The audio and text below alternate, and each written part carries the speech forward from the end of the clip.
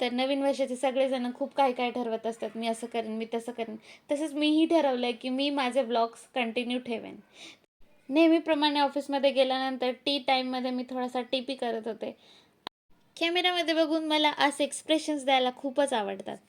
So आज जायचं होतं मला हळदी-कुंकूला. त्यासाठी मी नेसली होती ही खणाची साडी.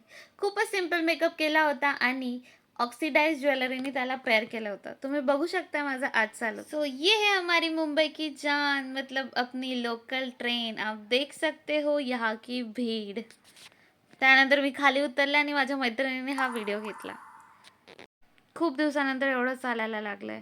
हळदी-कुंकू झाल्यानंतर परत आले स्टेशनवरती. ट्रेनची वाट बघत होते.